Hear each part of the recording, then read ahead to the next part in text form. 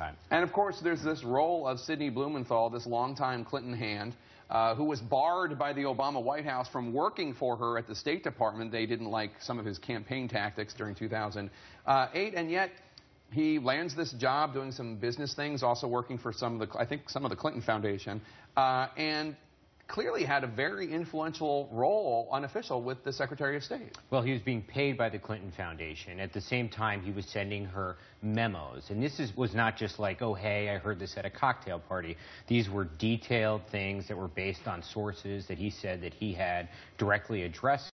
And he would send them to her on a consistent basis, about 25 of these that we know about over a 2-year period of time. The funny thing is that the Obama administration didn't want him at the State Department. But what was actually happening is that she was forwarding some of the advice that she was getting from him to Jake Sullivan, her aide, and saying, hey, you should send this on to the White House, send it on to Ben Rhodes. So even though they didn't want him there, his stuff was ending up there. And when she was asked about this earlier this week by our CNN's own Jeff Zeleny, she said, oh, I have a lot of old friends, and a lot of old friends, old friends are always I'm always going to talk to them. But it seems a little bit more intriguing than that, because he was talking to people with their own intelligence and retired spies, and who knows what the business interests were. Well, the argument that people at the top of government say, or folks, journalists like us would say, you hear from a lot of different people. Hey, I got a tip on this. Hey, I got something like this.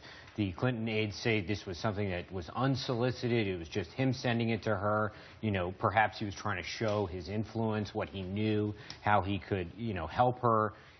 But it's more systematic than that. And she was certainly asking her assistants to print them, saying, please print. That's the way that we understand that she was reading them. Mm-hmm. She forwarded almost all, but maybe a few on, and then they would end up, what happened was that Jake Sullivan would take them, copy the text, send them to Chris Stevens in Libya, say, hey, what do you think about this? Get responses from them, send them back to her. So it's intriguing. Curiouser and curiouser, as they say. Michael Schmidt from the New York Times, thank you so much for coming in and talking to us about this.